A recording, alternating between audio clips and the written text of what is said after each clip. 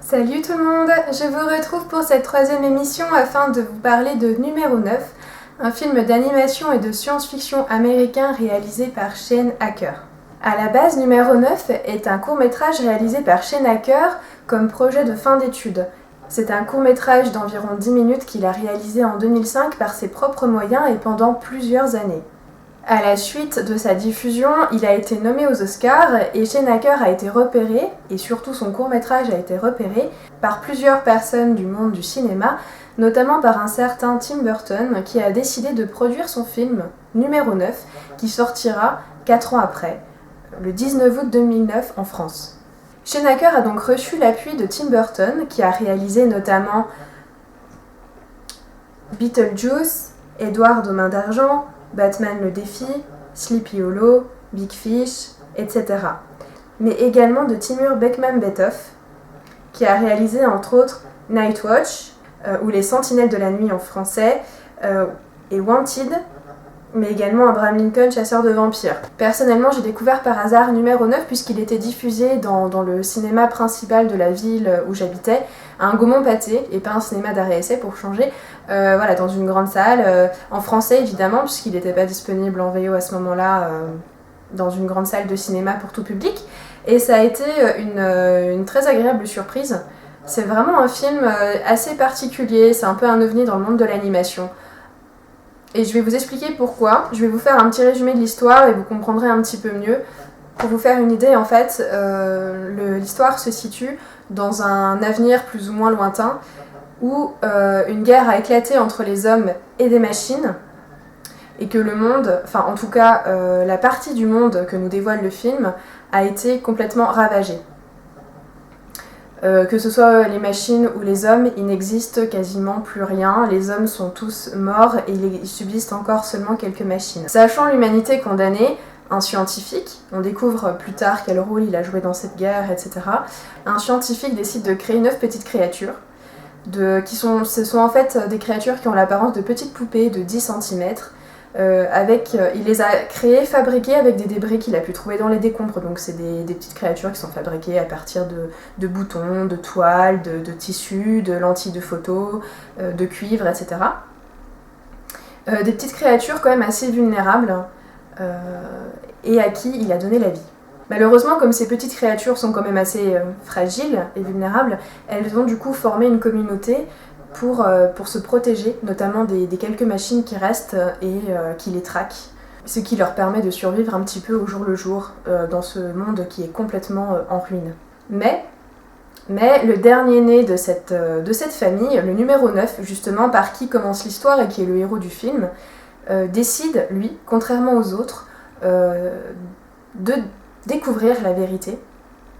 Et il possède en lui, sans le savoir, alors on découvre un peu plus tard dans le film de quoi il s'agit exactement, il possède en lui, parce qu'en fait au tout début du film il découvre un objet dans la pièce dans laquelle il s'éveille, il possède le pouvoir de justement ramener un certain équilibre et de pouvoir aider ses semblables. Donc voilà, comme il est à la recherche de réponses, du coup il force les autres à sortir un peu de leur refuge pour aller s'aventurer dans le monde des machines, et aussi parce qu'au début du film, il rencontre un personnage qui va énormément l'aider et qui se fait capturer par une machine, la Bête, comme il l'appelle, une créature à l'apparence féline.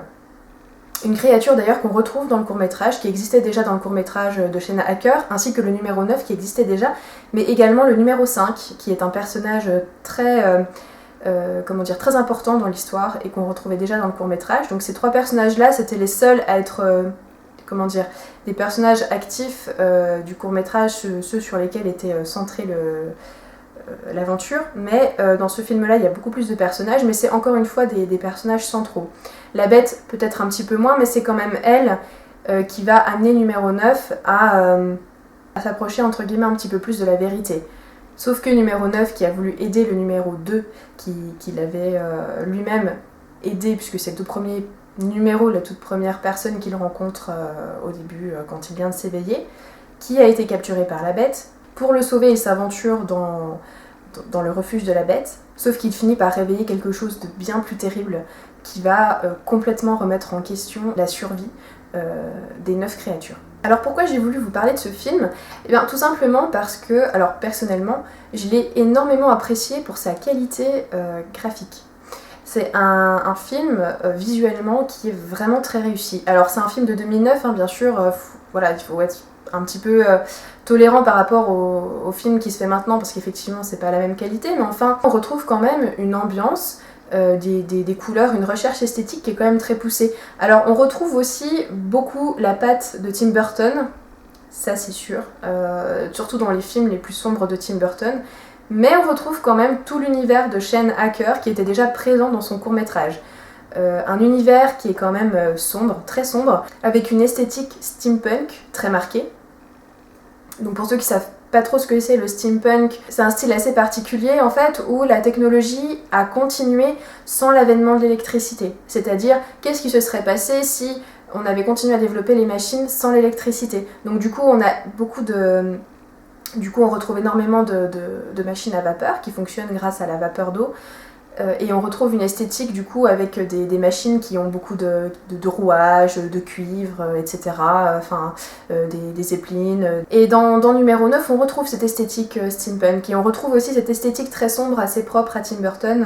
Mais je trouve que néanmoins, le mariage des deux est plutôt réussi. Et l'autre raison pour laquelle je voulais vous parler du film, en dehors du fait qu'esthétiquement il soit, je trouve, quand même très intéressant, parce que du coup il permet une bonne immersion dans l'histoire, qui du coup possède son univers à lui très particulier. Je voulais aussi parler de ce film parce qu'il a une symbolique, et encore une fois je trouve qu'il a une symbolique très forte. Déjà, tous les personnages principaux de l'histoire sont des numéros, tous, donc de 1 jusqu'à 9, qu'on rencontre au fur et à mesure de l'histoire. On les rencontre tous. Et c'est des numéros à la base, alors ils s'appellent par leur numéro, ils n'ont pas de prénom, hein, c'est 9, 2, 3, etc.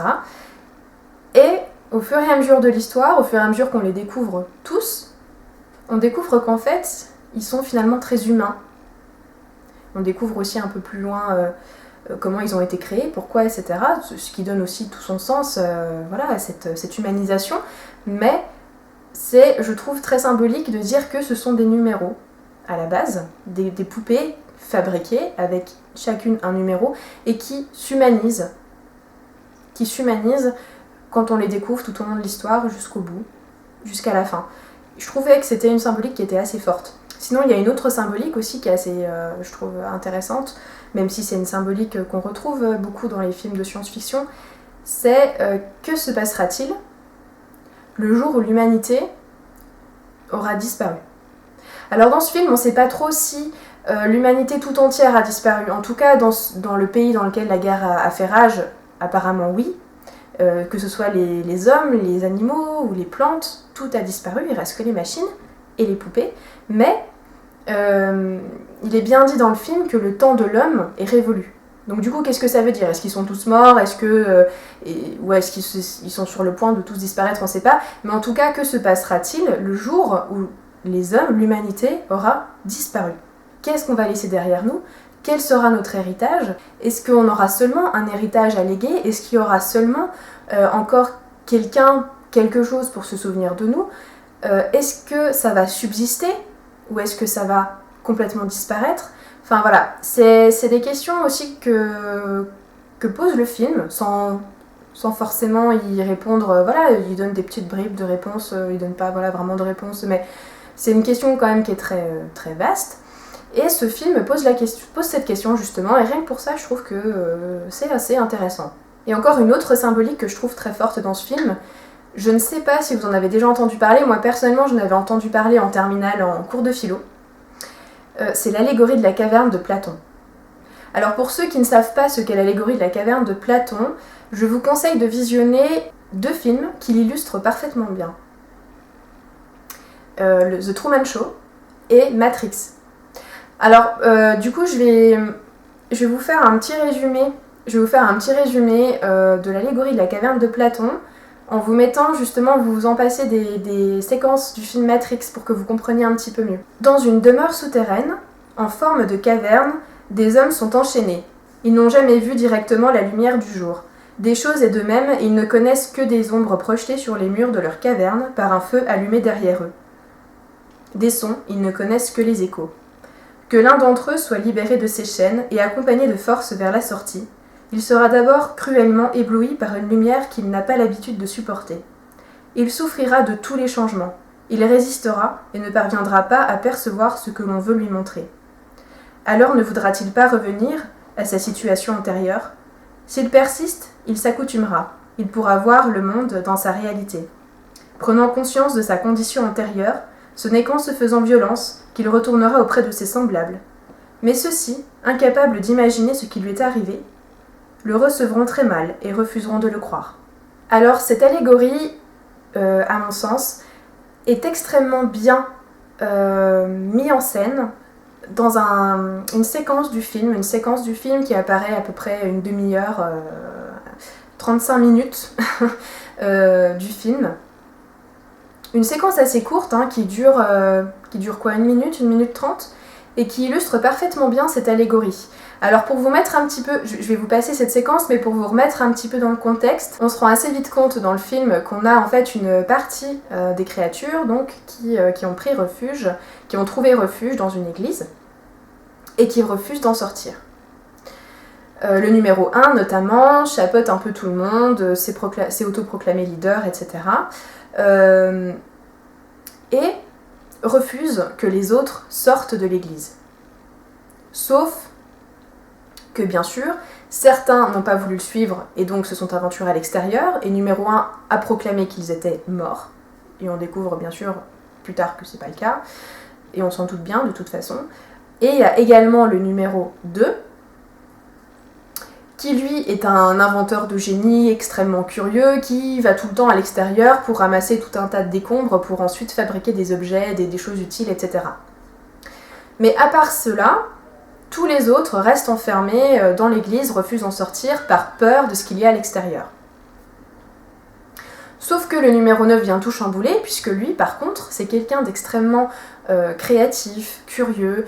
Du coup, il va bousculer un petit peu tout ça, puisque lui, il est à la recherche de la vérité. Et du coup, il cherche à pousser les autres, justement, à comprendre, à savoir ce qui s'est passé, et donc à sortir de leur refuge, pour s'aventurer, certes, à l'extérieur, alors que c'est un monde hostile, dangereux, etc.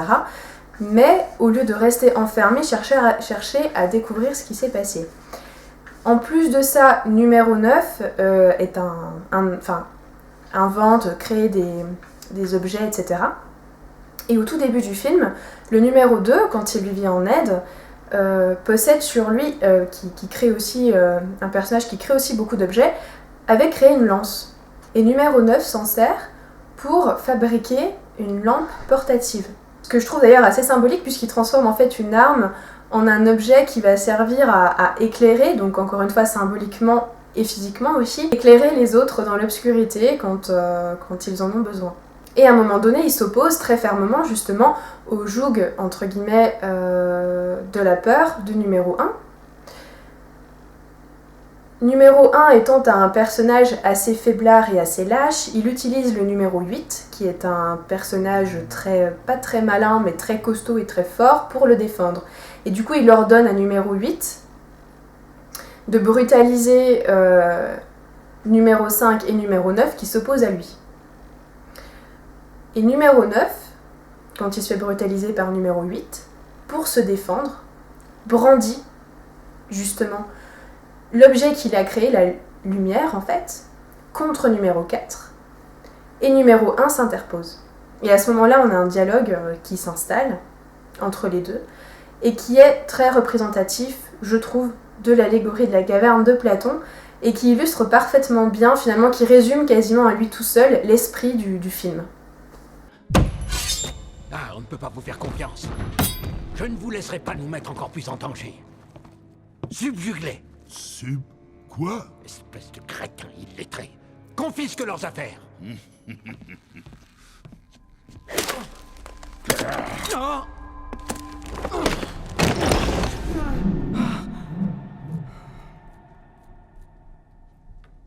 Tu n'es qu'un lâche.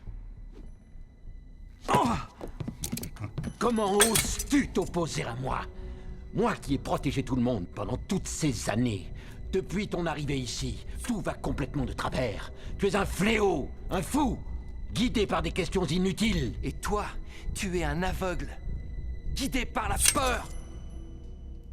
Donc voilà, j'ai pas grand chose à vous dire de plus sur ce film, mis à part que Je l'avais trouvé assez surprenant à l'époque, un film qui sort vraiment de l'ordinaire. Personnellement, j'adore ce genre d'ambiance au cinéma. C'est quand même un film qui est pas destiné à un public... Pourtant, c'est un film tout public qui a pas d'interdiction. Mais personnellement, je vois pas l'intérêt pour un enfant de regarder un film comme ça, parce que c'est pas vraiment un film qui se regarde au premier degré. Au contraire, c'est un film qui a plusieurs niveaux de lecture, mais pas un premier niveau de lecture pour les enfants. En plus de ça, il y a certaines scènes, en plus de l'ambiance très sombre, il y a aussi certaines scènes, je trouve, qui sont très très dures, même pour des enfants, comme la mort de certains personnages, mais aussi des scènes vraiment qui sortent tout droit d'un film d'horreur, quoi. Alors personnellement, j'adore les films d'horreur, mais je pense pas que pour les enfants, ce soit vraiment approprié. Alors bien sûr, c'est censuré, édulcoré, parce que ça arrive à des poupées et pas à des personnes, donc du coup, il n'y a pas d'effusion de sang, mais ça reste quand même des séquences qui sont assez dures à regarder, et je vois pas du tout l'intérêt pour des enfants de voir un film comme celui-là. Personnellement, j'ai vraiment adoré ce film, je le regarde encore avec plaisir aujourd'hui. Et je vous conseille aussi de regarder le court-métrage d'où est tiré le film, le court-métrage qui s'appelle Neuf, tout simplement, pour que vous compreniez aussi un petit peu mieux l'esprit du film et d'où vient le film. Et voilà, Schoenacker avait été repéré aussi parce que dans ce court-métrage, il a présenté des personnages et un univers qui semblait beaucoup plus vaste et beaucoup plus complexe que ce qui était présenté en 10 minutes. Bien sûr, par manque de moyens et de temps, il n'avait pas pu faire plus parce qu'il a quand même travaillé quasiment tout seul sur ce projet. Il a pu mettre en place tout son univers dans ce film, aller jusqu'au bout de son idée, et personnellement je trouve que c'est très réussi. Et bien voilà, cette 3e émission est terminée et je vous retrouve pour la 4e très bientôt.